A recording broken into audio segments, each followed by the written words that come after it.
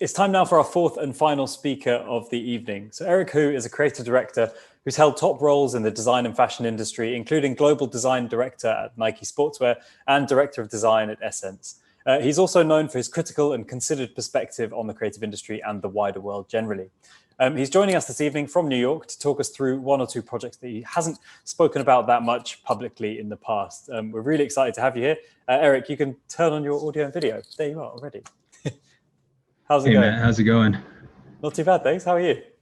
Good, good. I just want to thank you guys for having me here. I just want to give a quick shout out to It's Neistat.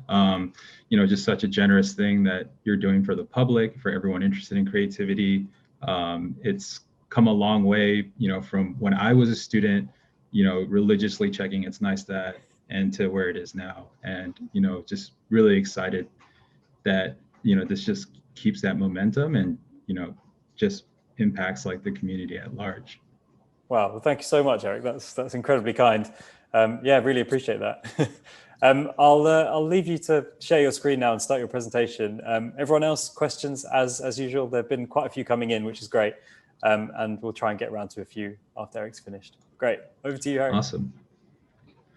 Cool. Yeah, so I'm gonna be talking about one project today that I haven't really shared publicly and go into a little bit more detail. But I also understand that maybe not everyone in the audience is familiar with my work or does what I do, or is it even in the same field, right? So I'm just gonna quickly just kind of give an introduction to myself. So my name is Eric Hu, and I run.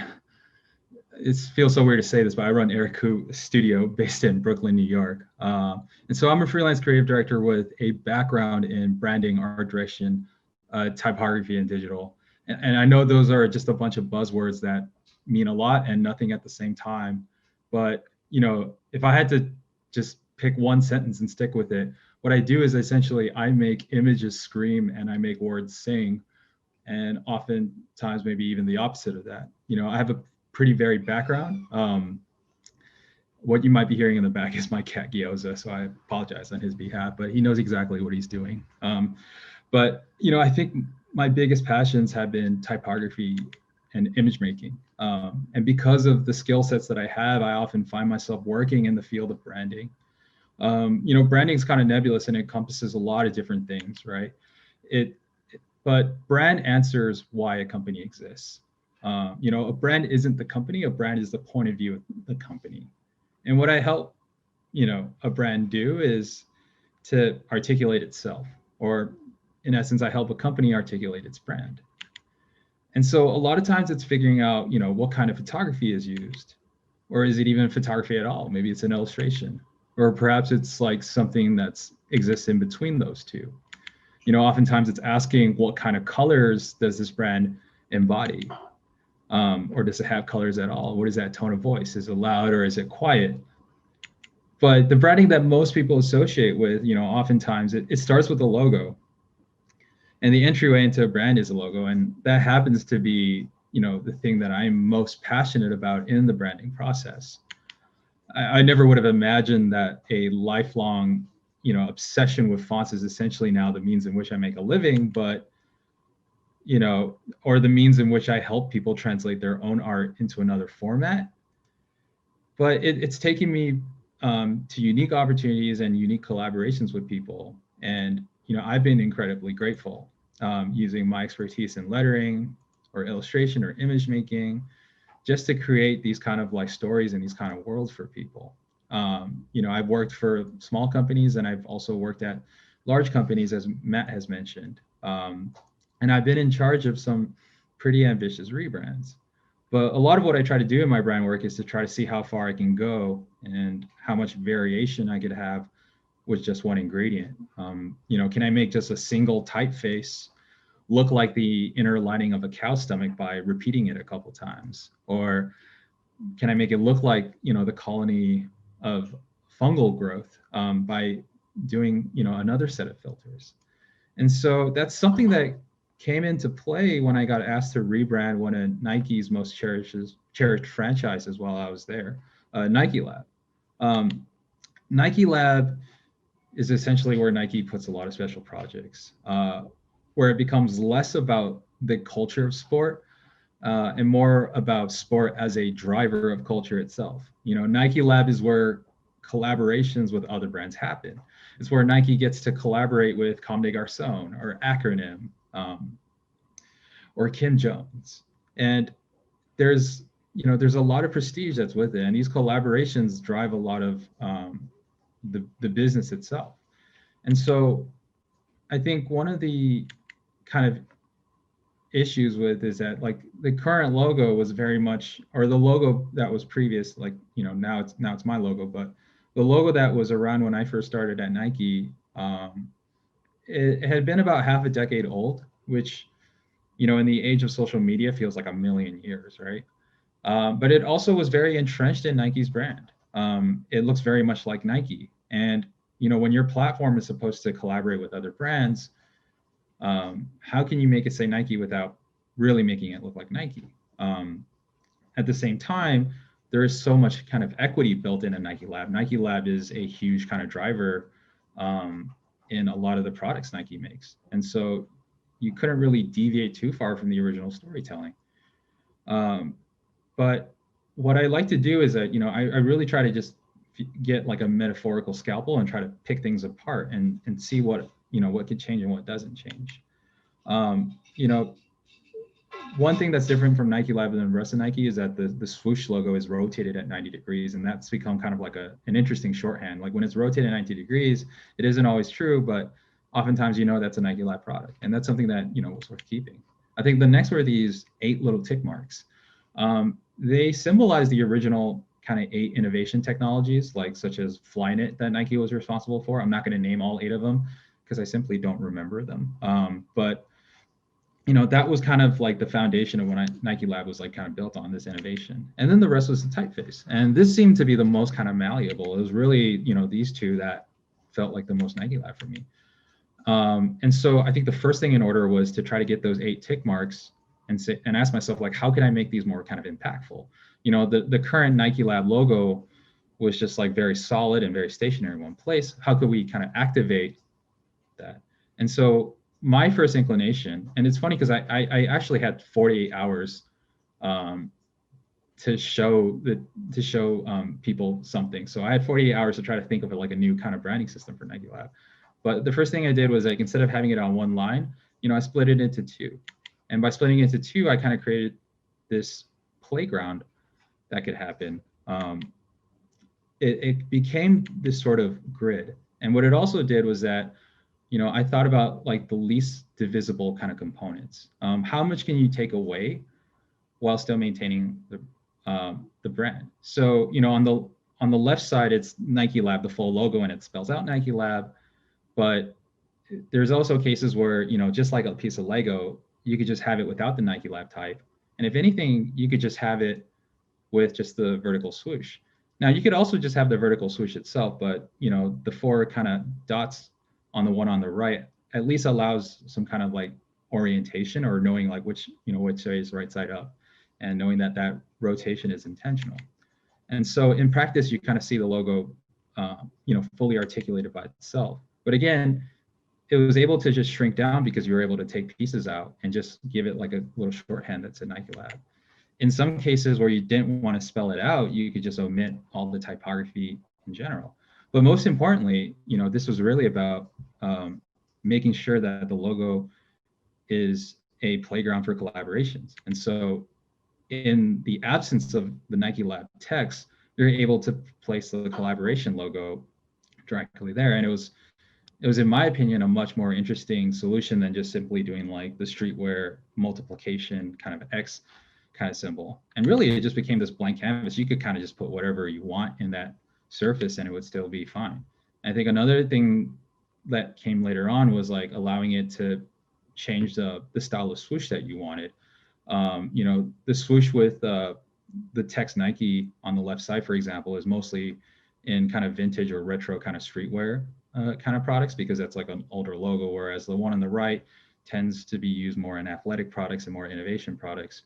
But, you know, collaborators now, they aren't just wanting to mess around with, you know, an Air Force One or something classic. They actually, a lot of collaborators we started seeing at the time I was there wanted to really, you know, put their mark on some of the cutting edge Nike products.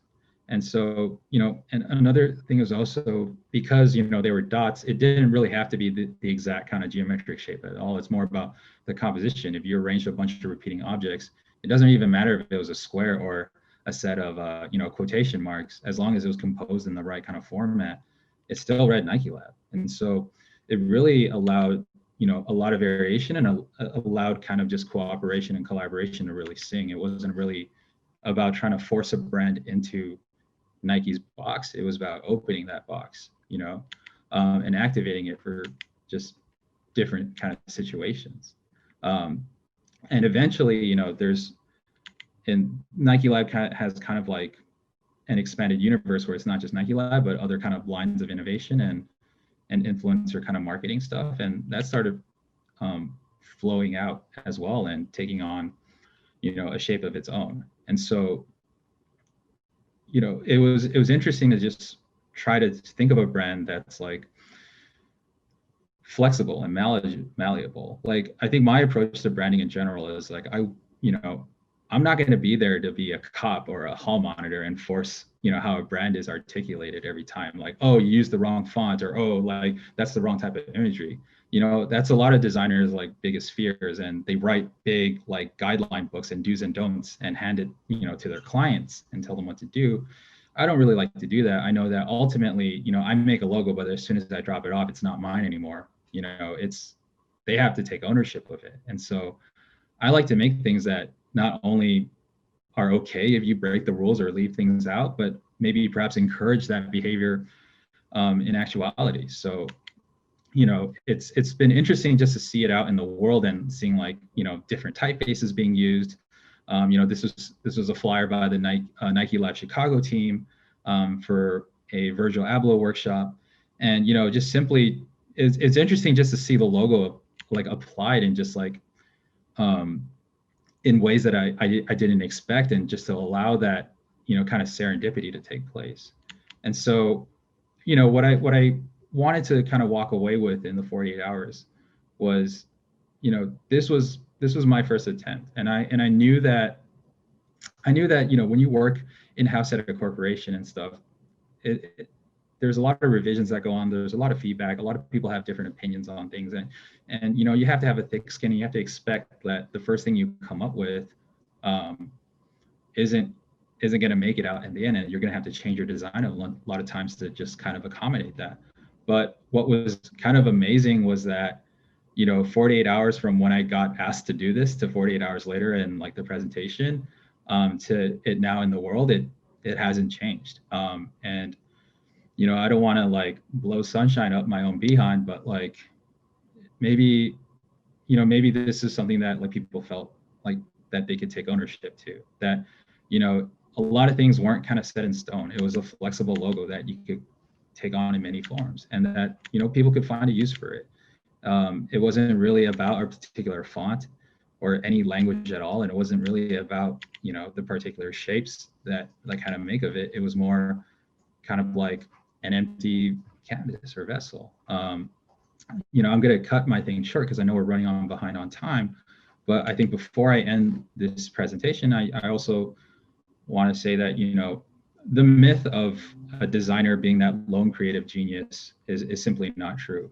Design happens oftentimes in teams.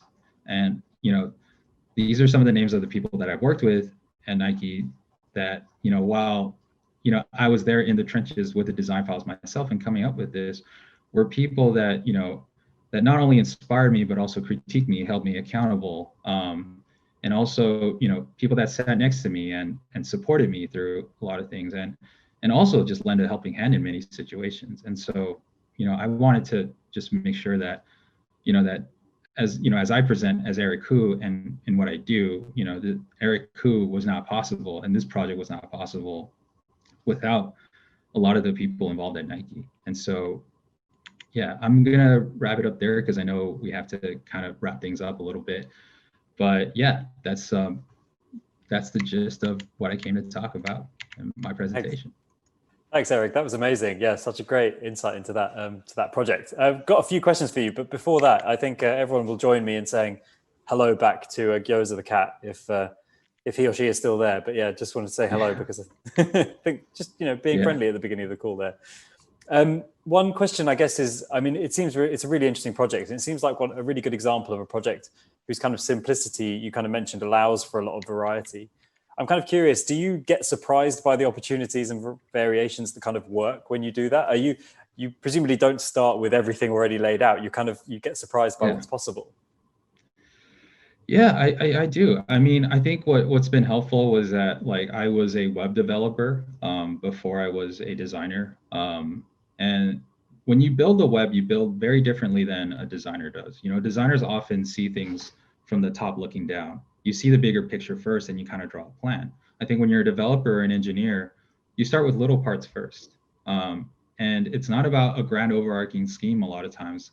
I mean, there is, but you know, a majority of your work is building small components and doing it really well. And so, and I think about this quote a lot from the mayor of Taipei that, you know, if everyone puts their heart towards solving small problems, there's no more big problems. And, you know, maybe it's a stretch to say this applies perfectly in a graphic design context, but I think just the experience of doing that, you know, I'm able to anticipate most things. But that being said, you know, I absolutely there's things that people do that kind of surprise me, and you know when it doesn't fly and when it doesn't look good, I think it's fine. I think it's just like kind of part of the process. You know, it's like I don't want to live, you know, I don't subscribe to the kind of vision that, you know, some designers maybe in the past and present have had where everything needs to be fully planned out and things. I just don't think that's just a realistic view of how the world works or how it happens. And so, you know, I do my best to kind of give a helping hand, and you know, people could remove things and change things as they should. Does it break my ego sometimes? Like maybe, but I think just, you know, the positives outweigh the negatives for sure. Well, that's more honest than a lot of people would be, I think. So that's great to hear. Interesting question from David here. I guess you mentioned that you had 48 hours roughly to kind of turn this around. David asks, what's your kind of working process with a tight deadline like that? I mean, which bits do you truncate and which bits do you kind of make sure that you keep in and at their length? Yeah, I would say it's probably like, you know, being like an RAF pilot in World War II, where it's like 9 hours of sitting in your chair and then 10 minutes of sheer terror when the, you know, fighting comes. But I think, you know, I think like most of my peers who maybe have the same neurodivergencies and tendencies, like, you know, I have a short attention span and I procrastinate a lot. But you know, over the years, I've instead of trying to fight it, I've learned to just kind of like cope with it. I've learned to just kind of run my head and run my brain. So, you know, the actual design, it's placing a couple squares in Illustrator. What happens a lot of times, it's like 10 hours just in my head, and really just 10 minutes of just like kind of executing it. And I wish it weren't. I wish I was one of those people that could just kind of iterate things. And there's times where I do, but I think just to kind of survive and to try to deal with like my ADHD and things that I also kind of struggle with, I've tried to just practice to just like figure out what could go wrong and all the problem solving and the aesthetics like very clearly in my head, and then just like, you know, measure twice, cut once kind of approach to how I work. Right. And just finally, one final question for you, if I've got time. I guess just, you know, you obviously have such great experience of working in a big corporate. I mean, they don't come much bigger than that. How do you kind of negotiate so that your ideas get taken through? I know you kind of touched on it a little bit in your presentation, but maybe just go into a bit more detail, maybe. I think it's, you know, I think like it, you know, it rarely when an idea gets rejected is it actually like a bad idea. You know, a lot of times it's how it's sold. My father was a salesman, and so frankly, like there were just a lot of like salesmanship books that I had to just read when I was younger. When I wanted a PlayStation, I had to prepare a PowerPoint presentation. So a lot of it is kind of like sheer practice, but you know, there's definitely like a lot of books you could read that's helpful about presenting stuff. Good in a Room is one book that I highly recommend. I think a lot of times it's also just knowing like how to negotiate and how to defend yourself and things like that. Like I think, for example, You know, a lot of times people focus on the whys. Like if somebody asks you to do something, you don't want to do it, you're like, why? And that's a kind of asking a question that starts with why gets you kind of nowhere. But when you ask like, how do you expect me to do that when it's how, you know, you kind of force the other person to have empathy for you and have put themselves in your shoes. Like if someone's like, I think you should make this red, instead of saying like, why should you make this red? It doesn't make sense. It's like, well, how can we make it red but still communicate, you know, X and Y and Z, or sorry, Z, that I wanted to communicate? And, you know, you get kind of people involved. And I think another way that brings me to my next point, and I'll try to be succinct. I know I ramble, but a lot of times it's just like, if you could make people feel included, it goes a long way. You know, a lot of people want to just give their feedback. And if the more involved they feel, the more it feels like it was an idea that they also came up with, they're more likely to advocate for it as well. So I know this might sound kind of creepy, icky, House of Cards style negotiation, but I think in the corporate world, that is maybe kind of necessary. And it's frankly also a big reason why I left that world. It's not, you know, how I want to do things every day, but I think it's naive to think, you know, I would say it's naive for people that want to avoid these kind of situations to act as if they're never going to encounter those, right? And so I think the more you learn and the more you're able to understand it, the more you're able to kind of have things work in your favor, I think. Amazing. Eric, thanks so much. We are going to have to leave it there, but I really appreciate the presentation and those great insights at the end there. So thank you very much. No, thank you.